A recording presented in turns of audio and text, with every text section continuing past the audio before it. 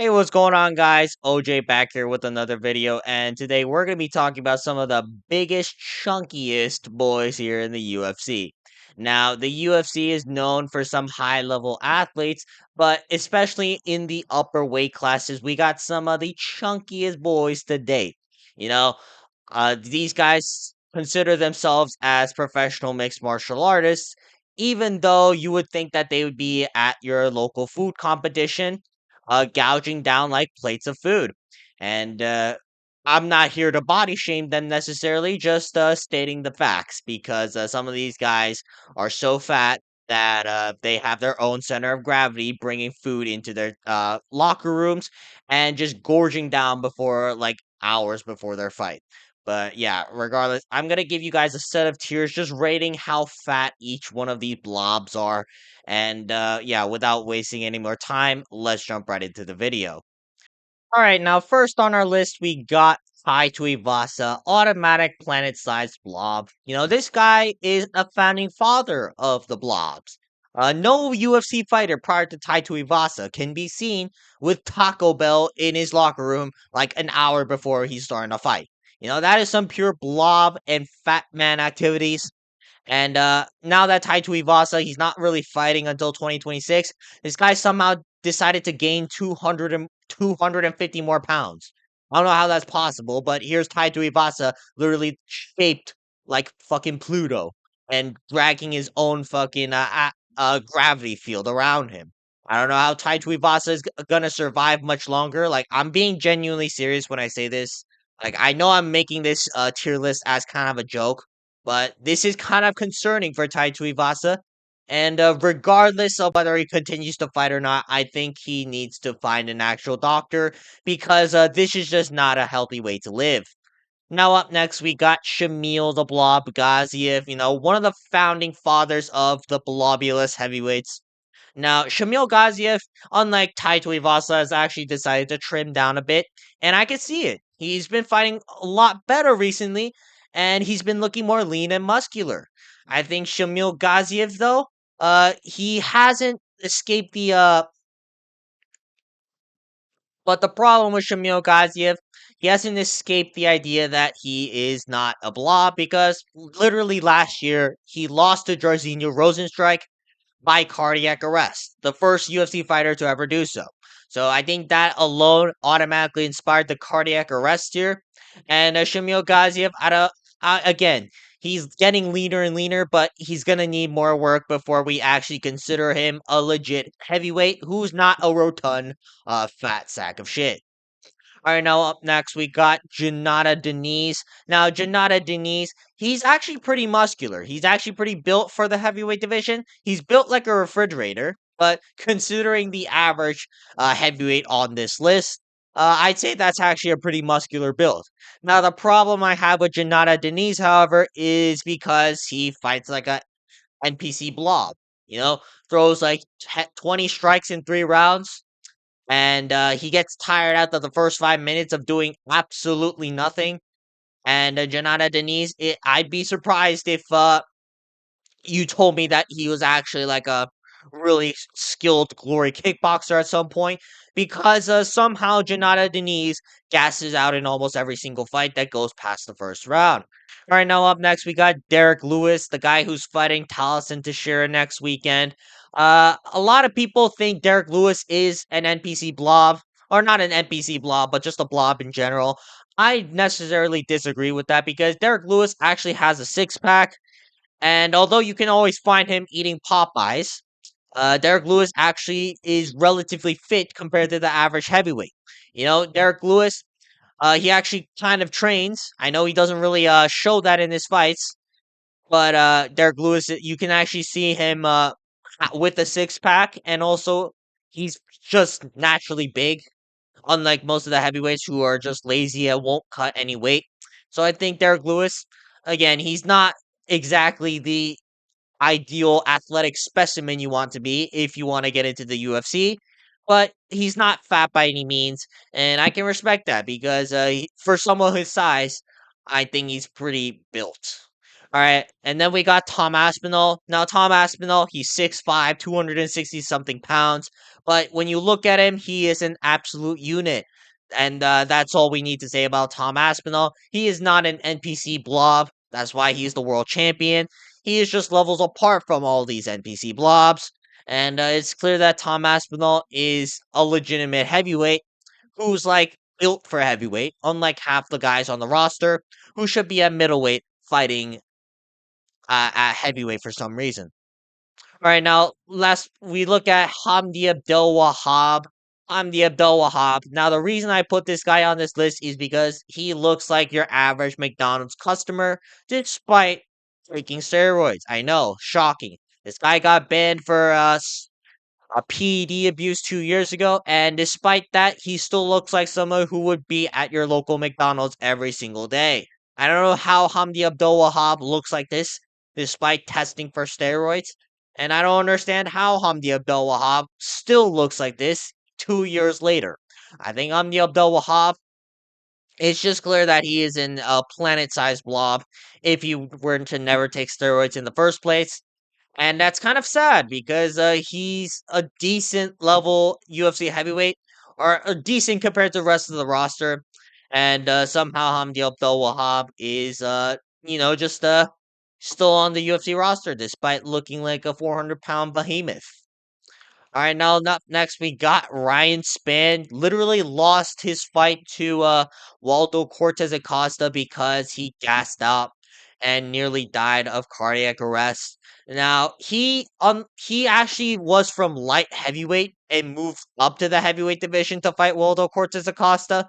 Like unlike Shamil Gazv, like who can't make light heavyweight. Ryan Spann is just an undisciplined fat fuck who just decided to gouge his brains out in order to make the heavyweight division, and still lost to Waldo Cortez Acosta by cardio. I think that's a very big issue. I won't be surprised if Ryan Spann hasn't been cut off the roster, and I definitely won't be surprised that if he fights in the UFC again, that he'll die of cardiac arrest in his next fight. All right, now up next we got Mick Parkin. He doesn't fight like the average typical NPC heavyweight, but he is kind of flabby, you know. He's not exactly Tom Aspinall build if you want to go at it. Like Mick Pork Mick Parkin, there's a reason why people call him Mick Porkin. And I don't know, Mick Porkin is just not the ideal heavyweight to look like if you want to get into the UFC and actually make a name for yourself. I think Mick Porkin is technically he's all right. It's just the way he's built. You can just tell that he's not really built for the heavyweight division, and that's why he just looks like a melting ice cream in almost every single one of his fights. All right, now moving on, we got Paddy Pimblett. Now, Paddy Pimblett, when he wants to be lean, he can be very lean. Like every time he fights, he always makes weight. Weight cutting isn't necessarily the biggest issue. The reason why I have to put him here, however, is because the second he gets out of fight camp, he looks like he should be fighting in the heavyweight division. Paddy Pimblett, it's hard to imagine someone going from this to this, but Paddy Pimblett can do it. I'm not gonna necessarily call him fat, but because it's not necessarily an issue for him, especially when he fights. But Paddy Pimblett, he just looks very chunky sometimes, and I just can't ignore that, and that's why he's above 25% BMI. All right, now up next we got Curtis Blades. For someone who's his size, I think Curtis Blades is relatively built. I'd say he's like what 264, like 245 pounds or something along those lines. I'm not exactly sure about the numbers, and you can fact check me later. But my point being, Curtis Blades, he's not exactly the most muscular or like the most ripped and jacked, but you can't really call Curtis Blades a fat blob. Curtis Blades is the guy who fraud checks the flat blobs by out cardioing them and just, looking like a capable mixed martial artist. So no disrespect coming to Curtis Blades whatsoever. And I have to respect Curtis Blades because he's very well built for someone his size who's fighting in the heavyweight division. All right, now moving on, we got another planet-sized blob in Chris Barnett. Chris Barnett, despite being 5 feet 8 inches tall, he is weighing 300 pounds. He has to cut to 265 to make the heavyweight limit. I don't know of a guy who is 5'8", weighing 300 pounds. If I did, I'd be terrified because I wouldn't be surprised if they died the next day due to high blood pressure. Despite Chris Barnett being my height and being double my weight, Chris Barnett is somehow in the UFC fighting till this day. Now, he might have got cut after his loss to Kennedy Nzechukwu. I'm not exactly sure about that, but it's clear that Chris Barnett, he is a planet-sized blob, and once he retires, I think that's only gonna get worse. All right, now moving on, we got Dantel Maze. Yeah, absolute peak athletic specimen here in Dantel Maze. I'm be real. I just don't like Dantel Maze. Like, yeah, he's fat, but he's not exactly the fattest guy on the roster. It's just the way he fights. He doesn't do anything. Like, he'll throw like 10 punches around if the opponent just doesn't decide to grapple and take him down. And I don't know, Dantel Maze, there again, he hasn't done anything outright like fat like, but it's clear that he's not exactly a peak athletic specimen, and he's just not a good UFC fighter. For someone who's not built like an absolute planet, he shouldn't be fighting like he trained for like 3 minutes on the heavy bag at Planet Fitness with Taito Vasa. So I think Dantel Mace, I'm just gonna put him at cardiac arrest because I don't really like him. All right, now moving on, we got Sergey Spivak. Sergey Spivak, built like a melting ice cream. You know, he's not bad though. Like, he's actually pretty good. Now, his last fight with Waldo Cortez Acosta was very frustrating because he looked like an NPC blob. Sergey Spivak just kind of trudged forward slowly and menacingly, but couldn't really land anything clean on Waldo Cortez Acosta. And I do think Waldo Cortez Acosta is also another fat heavyweight, maybe not nearly as fat as anybody on from the melting ice cream tier and above, but not Waldo Cortez Acosta isn't exactly a peak male athletic specimen. And the fact that you lost to Waldo Cortez Acosta in the fashion that you did, I'm just gonna put you in the melting ice cream tier, because although there was a time where I respected his grappling, it seems now that he just doesn't use it quite effectively, and he's just not really built to be an elite heavyweight. All right, now up next we got Kelvin Gastelum. Kelvin Gastelum is not a heavyweight fighter. He's fighting in the middleweight division. Despite that, he looks like an absolute refrigerator of a human being. He even like missed weight one time against Daniel Rodriguez in order to make a mukbang video about taco trucks. And Kelvin Gastelum, I think that alone is why you should be included on this tier list. But realistically, I don't think Kelvin Gastelum is nearly as fat as any of the guys above here, because a lot of the guys here, they can't even move. Right? Like, Kelvin Gastelum actually got hands, he's actually got speed, and he's actually pretty strong. So I think Kelvin Gastelum, even though he's built like an absolute refrigerator, he's not nearly as fat as any of the guys above, hence why he's on this tier. Now up next, we got Sergey Pavlovich. Sergey Pavlovich, similar to Tom Aspinall, Curtis Blades, he's just bulky. 6'3", 250 something pounds. It's clear that Sergey Pavlovich is not a NPC blob heavyweight. He actually has some boxing fundamentals. He can actually wrestle. He can actually use his skills. Now, sometimes he may fight like a fat blob, but that's because he's fighting like elite level fighters like Alexander Volkov and Tom Aspinall, who's also on this list over here. And there isn't really anything to look at in Sergey Pavlovich where you can say, oh yeah, he looks like an NBC heavyweight who fights like a blob. So again, he's not exactly the most built, but I wouldn't call him fat by any means. All right, now up next we got Riz Vancouv, planet-sized blob. Similar to Hamdi Abdahah, tested positive for steroids at one point, and still looks like someone who would be at your local McDonald's. I don't understand how Riz Vancouv looks like this and is considered an elite level heavyweight. I understand that he went to a close decision with Curtis Blades, but I don't know. I just think that Curtis Blades looked really bad that fight. And Riz Vancouv is not that good. I'm just gonna say that. If you want to say that Riz Vancouv got robbed by Curtis Blades, I don't know what to tell you because what the fuck did Riz Vancouv do in rounds 1 and 3? Riz Vancouv in rounds 1 and 3 fought like a typical NPC blob heavyweight, where the second he finds someone who actually wants to wrestle, Riz Vancouv will proceed to just get held up against the cage or just not do anything as their opponents like throwing leg kicks nonstop. So I think Riz Vancouv, he is a planet-sized blob, and again, the second he gets tested positive for steroids, maybe he gets suspended, and then he comes back to the UFC like a year later. I wouldn't be surprised if Riz Vancouv honestly becomes bigger than Hamdi Abdahah, Taito Vasa, and maybe even Chris Barnett. All right, now up next we got Martin Buday, another fighter who almost died due to cardiac arrest against 44-year-old Andrei Arlovsky. I'm genuinely surprised that they gave the fight to Martin Buday. Martin Buday is awful. Martin Buday shouldn't be in the UFC, but he has a lot of wins on his records for some reason. And I don't know. Every time I watch him, he's like nearly dying in the second and third round because, again, this guy has never trained cardio in his life.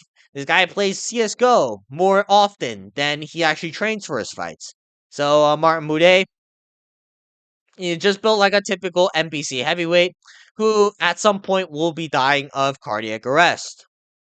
All right, now up next we got Marin Tybura. Marin Tybura, he's not that fat. The problem is his proportions. Marin Tybura has got flamingo legs, but then is built like an absolute walrus at the top. So I think those body proportions alone should indicate just how fat Marin Tybura really is. And I think I wouldn't be surprised if Marcin Tybura can cut to light heavyweight, but chooses not to because, again, NPC heavyweight who just doesn't really have the discipline to cut weight. All right, now up next we got Waldo Cortez Acosta. Waldo Cortez Acosta, not exactly an athletic specimen. He's not bad by any means. Like he was a former baseball player for a reason, but at the same time, Waldo Cortez Acosta is not that well built together. I'm surprised that he's even making the heavyweight division. Like I genuinely think he can make light heavyweight. He just chooses not to. But at the same time, he is a lot more lean compared to every one of these guys above him, and that's the only reason I'm gonna put him here. I can't really put him in the bulky tier. I think again, Waldo Cortez Acosta does not belong in the heavyweight division, but compared to every one of these guys above, he doesn't look like a complete fat sack of shit. All right, and last but not least, we're gonna go with James Longtop. Now, many of you guys probably don't know who James Longtop is. Uh, for those of you guys who don't know, this is the guy who fought Mauricio Huffy, where Huffy was throwing like the no look left hook and doing all of these like highlight reel finishes. Despite that, James Longtop was able to survive, and I don't know. I think the reason Despite Mauricio Huffy being in his face for 3 straight rounds, James Longtop was able to survive and was able to get the better of Mauricio Huffy in the third round. Now, the only reason I'm going to put him in the bulky tier is because although he looked like a rotund human being in his fight with Mauricio Huffy, that was in short notice. And typically, James Longtop doesn't look nearly as fat as like he did in the Huffy fight. So I gotta give respects to James Longtop. He's a legitimate mixed martial artist, and although he looked very fat in his last fight, it was short notice. So I'm expecting him to look a little bit more leaned out in his next fight. All right, that's gonna be it for today's video. Leave a comment down below if I missed any of your favorite blobs here in the heavyweight division, and just give me a overall general rating as to how well I accurately depicted each fighter I put on this list. But yeah, regardless, if you guys like this video, make sure to like and subscribe. And other than that, I will see you guys tomorrow. Peace.